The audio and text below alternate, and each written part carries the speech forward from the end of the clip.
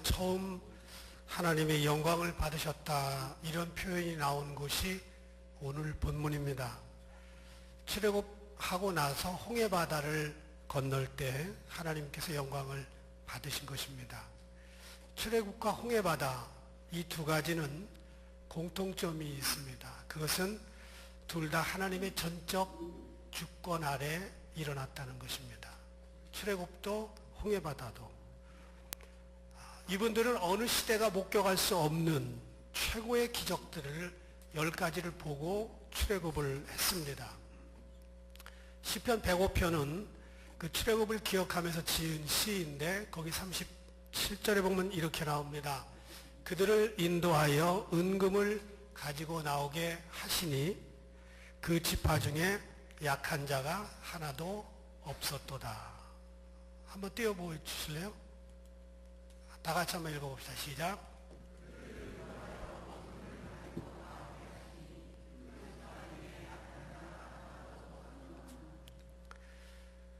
출애굽할 때 장정만 60만입니다. 그러면 처자식까지 합하면 300만이 된다고 학자들이 말합니다. 그러면 300만이 가는데 그 지파 중에 하나도 약한 자가 없었다. 이 가능할까요? 인구 300만의 도시에 환자가 하나도 없어요. 약국을 찾는 데가 없어요. 어떡하실래요? 이런 기적이 있습니다. 시카고가 270만입니다. 시카고 같은 도시보다 30만이 많은데 병원 아무도 찾아오지 않습니다. 약국 아무도 찾아오지 않습니다. 약국에 약지로 오는 사람조차 없습니다. 가능할까요? 가능했었습니다. 출애굽이 그런 기적이었습니다. 430년간 종살이를 했다면 온몸이 멍들거나 또는 그 과로에 지쳤을 겁니다. 정신이 눌려 있었을 것입니다. 그런데 하나도 약한 자가 없다? 성경은 그렇게 지금 말하고 있습니다. 어떻게 해서 그런 일이 있었을까? 기적입니다. 바로 10번째 재앙인 어린 양 유월절의 피에 비밀이 들어있습니다. 어린 양 예수 그리스도께서 이미 돌아가신 것을 예증하는 사건이었기 때문에 어린 양의 피가 흘려지는 곳에 온전한 힐링이 있다는 것입니다. 그래서 이사야서는 말합니다. 그가 채찍에 맞음을 우리가 나음을 입었다. 힐링이 된 거예요. 10번째 재앙 유월절의 기적을 통과하면서 300만이나 되는 사람들은 totally 힐링을 경험한 것이라고 저는 믿습니다. 그리고 또 홍해바다가 이제 가로막았습니다. 그 당시 최고의 군사력을 가진 중동의 강자 이집트가 뒤에서 쫓아오고 있고요. 이스라엘은 앞에 홍해바다를 두고 있습니다. 제가 그 이스라엘이 건넜던 홍해바다 앞에 섰던 적이 있습니다. 그날따라 특유의 모래바람이 불었고요. 홍해바다가 앞에 있는데 제가 겁이 났습니다. 겁이 났어요. 야, 이런 데에 빠질 뻔했구나. 이스라엘 백성은 손 하나 대지 않고 이집트를 피해서 건넜고요. 이집트 군인들은 한 사람도 예외 없이 그날 빠졌습니다. 최근 10몇 년 전에 과학자들과 탐사자들이 그 홍해바다 지하에서 물속에서 그때 수레바퀴라든지 이런 거를 발견해서 지오그래픽에 냈던 적이 있습니다. 올 2019년 홍해바다가 없기를 바랍니다. 여기에 아멘하면 낚이신 겁니다. 홍해바다 없을 수가 없습니다. 바람이 있는 한 파도가 잠잠할 수가 없지요. 그러나 홍해바다와 같은 현실이 있다 할지라도 주님이 구름기둥과 불기둥으로 우리를 붙드시면 넉넉히 이길 줄 믿습니다. 그런 한 해가 되기를 바라는 마음으로 오늘 이 본문을 택했는데, 첫 번째는 이겁니다. 영광의 징조를 주목하라. 10절 보니까 그런 말씀이 있어요. 바로가 가까이 올 때에 이스라엘 자손이 눈을 들어본 즉 애굽 사람들이 자기들 뒤에 이른지라. 이 말이 무슨 뜻인지 우리가 잘 알아요. 저도 알고 여러분도 알고 특별히 이스라엘 백성들이 너무 잘 알아요. 이 말이 무슨 뜻이에요? 죽을 때가 됐다는 거예요. 바로가 가까이 온다? 죽는다는 거예요. 죽는다. 하나님이 그냥 내버려 두셨다면 300만 백성들을 그날 홍해바다의 수장이 됐든지 이집트 군인에게 몰살을 당했을 겁니다. 그런데 이 바로가 가까이 올 때 하나님은 영광의 징조를 준비하고 계셨습니다. 하나님의 영광을 경험한 사람들 대부분 힘들고 지치고 어렵고 사면 초가의 경험을 했습니다. 산이 높으면 골이 깊고요. 고난이 많으면 영광도 많습니다. 그래서 저와 여러분 삶이 힘들고 어려우면 하나님의 영광이 늘 내 곁에 가까이 있다. 그렇게 믿으시면 됩니다. 보이지는 않아도 unseen glory, 우리 위를 덮고 있다고 생각하면 됩니다. 오늘 출애굽을 한 이스라엘 백성들 하나님의 영광을 경험하기 전에 바로의 군대가 가까이 오는 것을 보고 두려웠습니다. 인간의 힘으로는 건널 수 없는 홍해바다, 그리고 뒤에는 자기들을 430년간 부렸던 주인들, 아들이 태어나면 나일강에 버리라고 했던 그런 무서운 백성들이, 뒤에서 군인들이 따르고 있었습니다. 앞으로 갈 수도 없고 뒤로 갈 수도 없는 진퇴양난의 순간에 하나님은 영광을 준비하고 계셨다는 겁니다. 10절 보니까 바로가 가까이 올 때 이스라엘 자손이 심히 두려워했다. 그들은 두려워했습니다. 연약함, 두려움, 슬픔, 환난, 절망, 고통, 우울증, 빈약함, 어지러움, 정신빈약, 정상적인 심텀입니다. 여러분 속에 이런 것이 나타났거들랑 내가 지금 제정신인가 할 게 없어요. 제정신이에요. 정상적인 겁니다.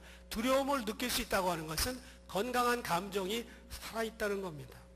이런 것이 나타나는 것을 이상하게 생각할 필요가 없습니다. 그러나 반대로 영적으로는 그런 현상들이 나타날 때 하나님의 영광이 내 옆에 있다. 믿어도 됩니다. 이스라엘 사람들이 40년이 지난 다음에 가나안을 눈앞에 두고 있었을 때였습니다. 그 가나안 백성들을 만났을 때 똑같은 두려움에 사로잡혔습니다. 40년 후에.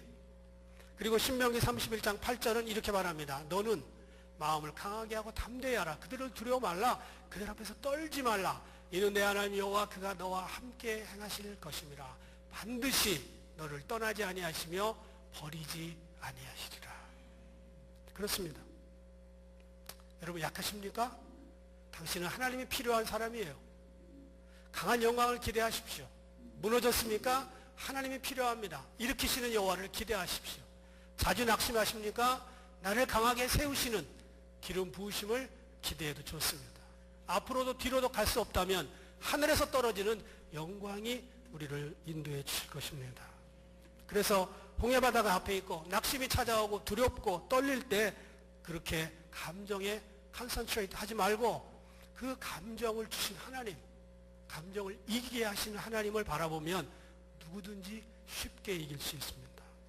영광의 징조를 주목해야지 홍해바다나 이집트 군대를 주목하지 말라는 거예요. 두 번째는 영광의 방해물을 조심하라 하는 거예요. 12절 보니까 그런 말씀이 있어요. 애굽 사람을 섬기는 것이 광야에서 죽는 것보다 낫겠노라. 출애굽은 기적 중에 기적입니다. 10가지 기적을 다 체험하고 이 자리까지 왔어요. 하나님이 어떤 분인지 잘 알아요. 그런데 이스라엘 사람들이 또다시 홍해바다 앞에 섰을 때 이들이 말한 게 뭐예요? 애굽 사람을 섬기는 게 여기서 죽는 것보다 낫겠다.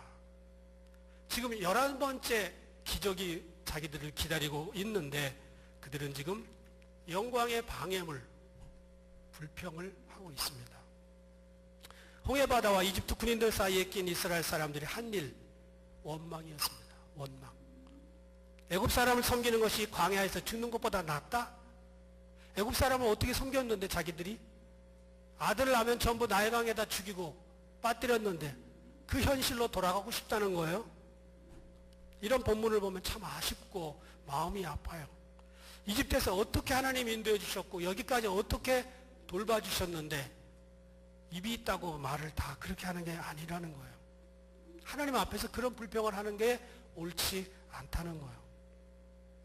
여러분 우리가 인간끼리도 사람들끼리도 살아가면서 할 말이 있고 하지 못할 말이 있습니다. 마음에 담아두고 있어야 될 말이 있습니다. 마지막 말을 할 때 서로가 총알을 겨누게 되는 것입니다. 그러면 돌아올 수 없는 다리를 건널 때가 많습니다. 여러분 가운데 혹시 차라리 이렇게 사느니 북한에 가서 사는 게 낫다, 그럴 사람 있어요? 이렇게 사느니 차라리 일제시대 때가 좋겠다, 이건 아니지요. 자기 아들을 낳으면 나일강에 빠뜨리는 그런 사람들을 섬기겠다, 이런 난센스는 어디 있습니까?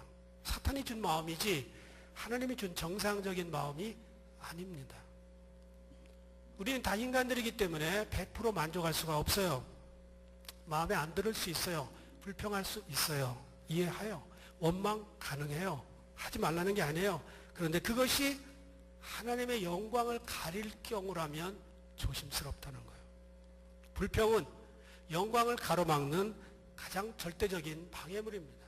영광과 불평, 영광과 원망, 영광과 투덜거림은 공존할 수가 없다는 겁니다. 제가 목회하면서 참 감동적인 장면은 힘들고 어려운데도 자기 사명 다 하는 분들이에요. 그리고 분명히 지치고 피곤할 텐데 먼저 나오고 늦게 가면서 하나님을 섬기는 그 열정을 볼 때, 저 힘은 어디에서 나오는 걸까? 어떤 분들은 가끔 저에게 식사하라고 돈을 주는데 그분은 저에게 그런 돈을 안 줘도 되는 분이에요. 근데 그런 분들이 있죠. 그러면 내가 어떻게 감당할 수가 없어요. 좀 돈 많은 분이 주면 제가 땡큐 그러겠는데 그분들이 주면 주님 나한테 이거 어떡하라고 그러는 거예요. 그럼 주님이 저에게 그래요. 너는 성도들의 피땀을 먹고 사는 거야. 그들을 위해 기도해라. 잊지 말고 목회해라. 그것이 너가 성도들에게 줄 수 있는 최대의 선물이다. 금쪽 같은 시간 누구든지 똑같지요. 트럼프도 24시간, 저도 24시간인데 원망이나 불평 없이 시간을 내서 교회 나와서 봉사하고 헌신하는 분들 정말 귀합니다. 성가대 일찍 나와요. 밥 먹고 배가 잔뜩 불렀는데 또 연습하지. 1년 52주 칸타타 때 남선교회, 여선교회 마찬가지예요. 주방에서 일하시는 분들 마찬가지예요. 그런 분들 때문에 하나님은 영광을 드러내시는 것입니다. 사람이 모인 곳엔 다 문제가 있어요. 100% 만족 없습니다. 다 힘들어요. 그런데 자기 마음대로 안 되면 불평하고 원망하고 그러면 하나님의 뜻이 어디 있는지 모르면서 내 뜻이 이루어지기만을 고집하고 그렇다면 하나님의 영광은 가려지고요. 교회는 불행하게 됩니다. 저는 늘 내 마음속에 잊지 않는 게 성도들 100%가 너를 지지하는 거 아니다. 이렇게 늘 생각하고 있어요. 맞지요? 내가 그렇게 인기 좋은 사람은 아니에요. 내가 그렇게 잘하는 사람이 아니에요. 알아요, 제가. 그래서 교만하지 않게 되는 겁니다. 여러분, 이스라엘이 가나안에 들어갈 때 하늘에서 만나와 메추라기가 떨어졌어요. 그런데 생각해 보세요. 어느 나라 어느 대통령이 자기 백성들 300만을 40년 동안 풀이로 먹여 살려준 대통령이 있어요? 없어요. 전문가들이 계산하니까 광야에서 내렸던 만나와 메추라기가 기차 110칸 곱하기 2 220칸의 만나와 메추라기가 에브리데이 내렸다는 거예요. 220칸이나 되는 기차 거기에 가득 찬 만나와 메추라기가 300만 백성을 40년간 에브리데이 먹였습니다. 감사해야죠. 땡큐 해야죠.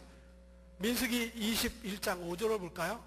백성이 하나님과 모세를 향하여 원망하되 어찌하여 우리를 애굽에서 인도하여 올려서 이 광야에서 죽게 하는고 이곳에는 식물도 없고 물도 없도다. 우리 마음이 이 박한 식물을 싫어하느라 만나 메추라기 그만 먹고 싶다.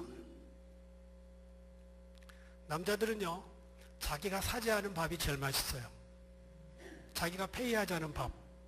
여자들은요 자기가 요리하지 않은 밥이 맛있어요.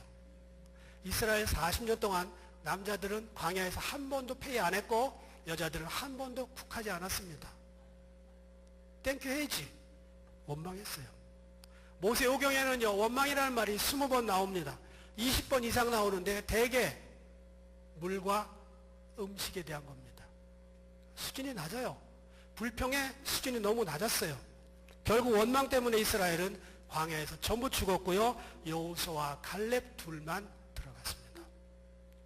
민수기 14장 29절 보니까 너희 시체가 이 광야에 엎드러질 것이라. 너희 20세 이상으로 계수함을 받은 자고 나를 원망한 자 전부가 내게로 내가 너희를 거하게 하리라는 땅에 결단코 들어가지 못하리라. 이유는 다른 거 없어요. 원망, blame. 이 말은 오늘도 원망은, 불평은 천국의 문을 가로막을 수도 있다는 겁니다. 원망은 영혼을 무너뜨리고 남에게 원망을 전염시키고 지옥의 불꽃 가운데로 우리를 집어넣습니다. 원망하는 자는 하나님의 영광을 가리울 뿐만 아니라 본인은 영광을 경험 못합니다. 그러나 감사하는 자는 하나님이 도와주시고 함께 하십니다. 감사는 원망을 이길 수 있는 가장 강력한 바이러스입니다. 올 2019년 원망하고 불평할 일이 없을 수 없어요. 그런데 습관적인 불평과 고질적인 원망을 하면 하나님의 영광은 가려지고 나는 경험을 못합니다. 그래서 올해는 하나님의 영광을 위해서는 우리가 불평과 원망을 줄이십시오. 안 했으면 좋겠어요. 마음속으로 사귀세요. 그것도 해야죠. 그것도 훈련인데. 그래서 우리는 이런 것을 감당해야 됩니다. 세 번째는요, 영광을 기대하라. 13절 보니까 두려워하지 말고 가만히 서서 여호와께서 행하시는 구원을 보라. 이미 이스라엘 백성들은요, 하나님의 기적을 수도 없이 보았습니다. 그리고 출애굽했어요. 또다시 홍해바다 앞에 있는데 하나님은 영광의 잔치를 준비하면서 뭐라고 얘기하시냐? 아무것도 하지 말라. Don't be afraid. 그리고 내가 뭘 하는지 두고 보아라. 우리는 살면서 수많은 홍해바다를 겪습니다. 올해도 있을 겁니다. 여기저기 지뢰처럼 숨어 있으면서 우리를 쓰러뜨릴 수도 있고 피를 흘리게 할 수도 있습니다. 그러나 하나님이 우리를 구원하실 것입니다. 우리는 가만히 주님이 하시는 일을 잠잠히 바라보면 됩니다. 정답이 14절에 나와 있어요. 왜 그게 가능한가? 여호와께서 너희를 위하여 가만히 싸우시리니 너희는 가만히 있을지니라. 아멘. 가만히 있는데 세월이 가고, 가만히 있는데 밥에 입에 먹이가 들어오고, 먹을 게 들어오고, 가만히 있는데 잘 건강하고, 난 그랬으면 너무 좋겠어. 근데 가만히 있으면 누가 설교해 주면 좋겠어. 가만히 있으면요, 설교가 안 돼요. 설교 다 준비해야 돼요. 지금 여러분이 가만히 있는 요 30분 동안 저는요, 7시간, 8시간, 10시간, 20시간을 설교를 준비하는 거예요. 여러분 가만히 있어서 설교만 들으면 되지만 저는 아닙니다. 하나님께서는 우리들에게 이렇게 말해요. 가만히 서서 내가 행하는 구원을 좀 봐다오. 내가 싸운다면 걱정해야죠. 그러나 하나님이 싸우시는데 내가 걱정할 게 뭐 있습니까? 무슨 일을 해야 할 때가 있고 잠잠히 있어야 될 때가 있습니다. 이 두 가지를 분별하는 것이 영적 분별력입니다. 일해야 되는데 가만히 있으면 게으른 겁니다. 가만히 있어야 될 때 나서면 조급한 겁니다. 하나님은 그렇게 말해요. 가만히 좀 있어라. 내가 너를 위해 할 거다. 예수님의 어머니 마리아는 갈릴리 가나에 갔는데 포도주가 떨어졌어요. 예수님에게 찾아와 말합니다. 아들아, 포도주가 떨어졌다. 그 예수님이 대답한 게 영어 성경에는 안 나오는데 so what 그랬을 거예요. 그래서 어쩌라는 거예요, 나한테. 예수님이 그렇게 얘기하자 마리아가 왜 나한테 그러니? 그러지 않고 하인들에게 가서 니들한테 시키는 대로만 해라. 난감한 건 예수님이에요. 어떻게 하라는 거예요, 지금? 근데 예수님은 항아리에 물을 채우라. 여기까지가 마리아가 하는 일입니다. 더 이상 하면 안 돼요. 마리아는 그렇게 하고 테이블에 앉았습니다. 한 10분 후에 포도주가 나오기 시작했는데 마시면 되는 거예요. 그게 다예요. 마리아가 할 일은 없다. 도와다오. 난 앉아있는다. 네가 알아서 해라. 이게 어머니가 할 일이에요. 우리는 때때로 내가 해야 하는지 하나님이 하시는지 구분을 못해가지고 하나님의 일을 내가 하고요. 내 일 하나님께 미루어 버리고요. 이 두 가지를 잘 구분할 수 있도록 기도해야 됩니다. 목회자들끼리 만나면 이런 얘기를 합니다. 목회는 하나님이 하신다. 목사가 할 일 많죠. 이민교회는 한국교회보다 더 많습니다. 그런데 저는 제 할 일만 하려고 애를 씁니다. 그것도 다 못해요. 제가 최선을 다하고 있습니다. 그러나 내가 하나님의 일을 하려고 하지는 않습니다. 하나님이 하시는 거예요. 저는 저의 일을 하고요. 장로님들은 장로님들의 일을 합니다. 하나님이 하시기 때문에 오늘까지 오게 된 거지, 저 혼자 했다면 심리도 못 가서 발병 났을 거예요, 제가.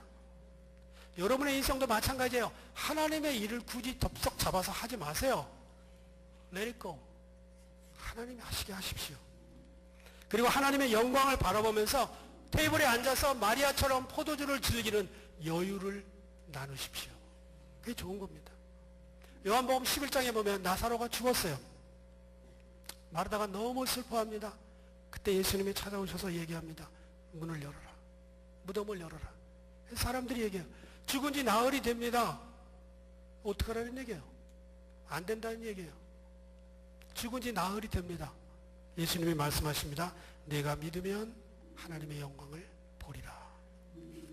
믿지 않으면 못 볼 거다. 그 말씀에 믿고 문을 열었습니다. 나사로가 나왔어요. 여러분, 하나님이 오늘 능히 무덤에서도 사람을 구해내시고 사자굴 속에서도 다니엘을 건지시고 홍해바다에서도 저와 여러분을 건지실 것입니다. 의심하지 마세요. 두려워하지 말고 가만히 서서 그분이 하시는 일을 바라보면 됩니다. 오늘 우리는 홍해바다 앞에 서 있는 사람들이 있습니다. 기죽지 마세요. 눌리지 마세요. 하나님이 하실 것입니다. 은혜를 아는 사람들은 눌리지 않습니다. 누립니다. 그러나 은혜를 모르면 눌립니다. 누리지 못합니다. 저는 2019년 성도들 한 분 한 분이 예수 그리스도 안에서 죽은 시체처럼 되어서 눌리지 않고 누리며 살 수 있는 그런 삶을 살 수 있기를 바랍니다. 그래서 하나님의 영광이 여러분 삶 속에 구체적으로 나타날 수 있기를 주의 이름으로 축원합니다. 기도하겠습니다.